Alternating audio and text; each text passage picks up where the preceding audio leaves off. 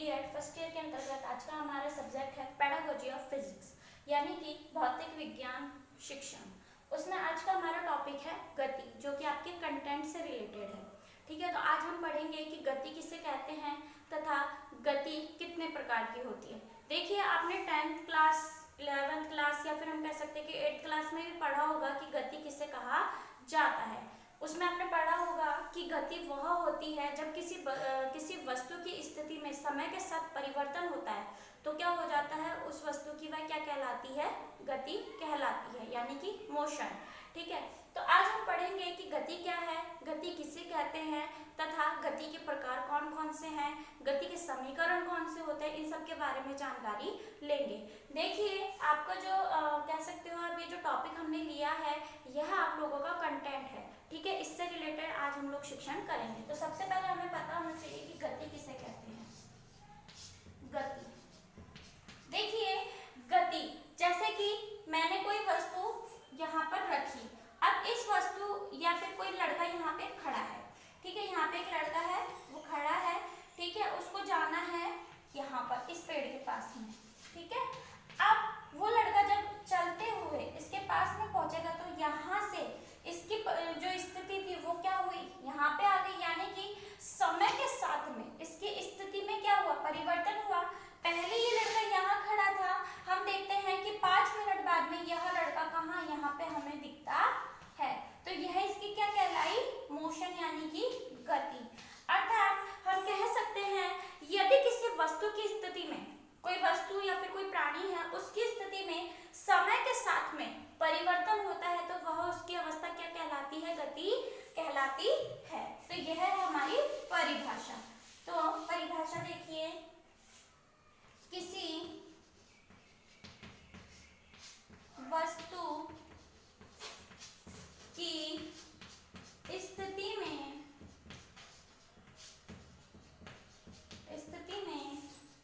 समय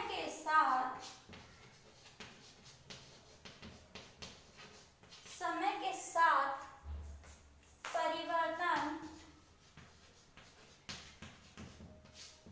परिवर्तन क्या कहलाता है, परिवर्तन यानी कि किसी वस्तु की स्थिति में समय के साथ परिवर्तन होता है तो वह वस्तु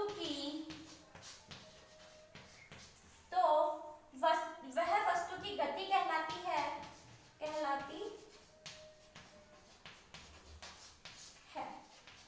या फिर हम कह सकते हैं कि वह वस्तु तो, या फिर हम बोल सकते हैं कि वह वस्तु की अवस्था क्या कहलाती है, गति कहलाती है। जैसे उदाहरण के लिए यहाँ पर एक कार है, कार जो है उसे अपने इस स्टॉप पर पहुंचना है। ठीक है, अब ये कार क्या करेगी, यहाँ से अपनी गति स्टार्ट करेगी, हम कह सकते हैं यहाँ से क्या करेगी, चलना शुरू करेगी और एक समय पश्चात वो यहाँ पे हमें मिलेगी। तो किसी वस्तु की, यानी कि कार है जो, उसकी स्थिति में क्या हुआ, समय के साथ में क्या हुआ, परिवर्तन हुआ, तो वह उसकी क्या कहलाई, गति कहलाई। अब हम देखते हैं कि जो गति होती है वह भी अलग अलग प्रकार की हमें देखने को मिलती है। अर्थात हम ये नहीं बोल सकते कि गति जो है एक समान रूप से हो सकती है, या फिर हम बोले कि गति जो है रेखीय गति होती है, यानी कि जो गति होती है उसके भी विभिन्न प्रकार हमें देखने को मिलते हैं। तो हम पढ़ेंगे कि गति के प्रकार। अब देखिए, गति जो होती है वह भी हमें भिन्न भिन्न देखने को मिलती है। जैसे उदाहरण के लिए आपने देखा होगा कि एक गति तो होती है जिसमें समय के साथ में वह गति चलती है, एक होता है जिसमें समय के साथ में गति नहीं चलती है। ठीक है, तो इस प्रकार से जो गति होती है वह हमें भिन्न भिन्न प्रकार की देखने को मिलती है। तो जो गति होती है वह 7 प्रकार की होती है। कितने प्रकार की होती है, 7। गति जो होती है वह 7 प्रकार की होती है, जिसमें हम पहली गति पढ़ेंगे वह आता है रेखीय गति। अब देखिए, रेखीय गति से यहाँ क्या तात्पर्य है, इसके बारे में समझते हैं कि रेखीय गति किसे कहा जाता है। जैसा कि नाम से पता चल रहा है, रेखीय यानी कि रेखा। ठीक है, जब कोई वस्तु एक सीधी रेखा में चलती है, देखिए रेखीय का अर्थ क्या हो गया, रेखा। ठीक है, अब रेखा कैसी है, सीधी, यानी कि जब भी कोई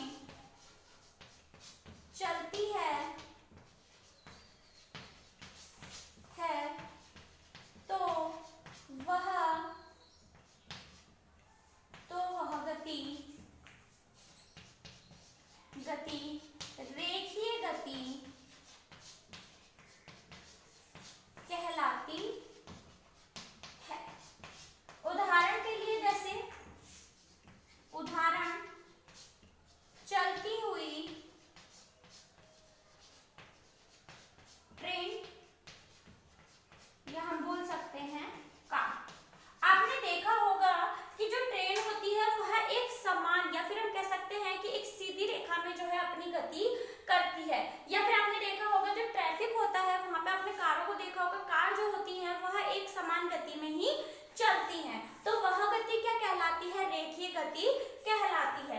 फिर दूसरा हमारा आता है, दूसरी गति हमारी आती है, वह है एक समान गति। कौन सी आती है हमारी दूसरी? एक समान गति। एक समान गति। अब देखिए एक समान गति किसे कहते हैं? तो देखिए जब कोई वस्तु किसी निश्चित दिशा में समान समय में समान दूरी क्या करती है? तय करती है। यहाँ पे तीन बातें निकल के आई, निश्चित दिशा में, समान समय में, समान दूरी। ठीक है, जबकि रेखीय में क्या था कि कोई भी वस्तु जो है वह सीधी रेखा में चलेगी, चाहे वह समय कितना भी ले। लेकिन एक समान गति में क्या होगा? जब भी कोई वस्तु गति करेगी तो वह निश्चित दिशा में समान समय में समान दूरी तय करती है। जब कोई वस्तु किसी, कह सकते हैं जब कोई वस्तु किसी निश्चित दिशा में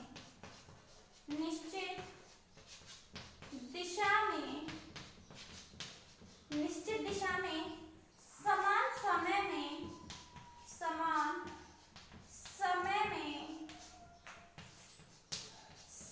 दूरी तय करती है तो वह एक समान गति कहलाती है। उदाहरण जैसे इधर मैं बता देती हूँ आपको उदाहरण। जैसे उदाहरण के लिए जैसे कोई कार है, ठीक है, वह कार, माना कि कोई कार है तो कार जो है, ठीक है, 10 घंटे में, ठीक है, 10 घंटे में। अब देखो जब कोई वस्तु किसी निश्चित दिशा में समान समय में समान दूरी तय करती है, यानी कि वह जो कार थी वह पहले 1 घंटे में कितना चलती है? 10 किलोमीटर, ठीक है। फिर वापस से हम गणना करते हैं तो दूसरे ही 1 घंटे में कितनी चली? वही 10 किलोमीटर। इसी प्रकार से हमने जब भी उसकी गणना करी तो वह हर घंटे में 10 किलोमीटर की दूरी तय कर रही है, यानी कि समान समय में समान दूरी तय करती है, तो वह क्या कहलाती है? एक समान गति। फिर हमारा तीसरी गति आती है, वह आती है असमान गति, यानी कि एक समान गति के विपरीत असमान गति। असमान गति, तो देखिए असमान गति किसे कहा जाता है? तो असमान गति में क्या होगा? जब भी कोई वस्तु किसी निश्चित दिशा में, ठीक है, किसी निश्चित दिशा में समान समय में क्या करेगी? अलग अलग दूरियां तय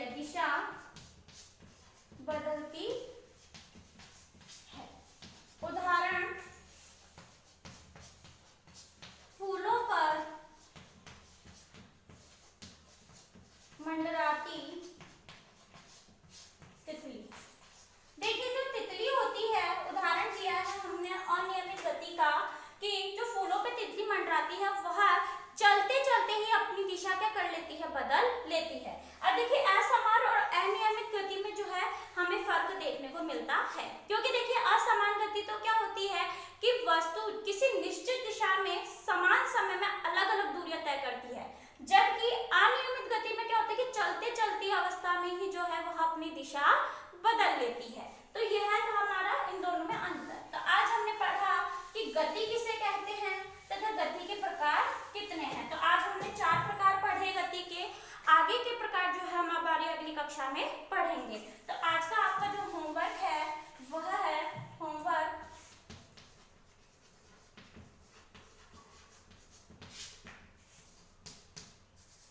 भौतिक विज्ञान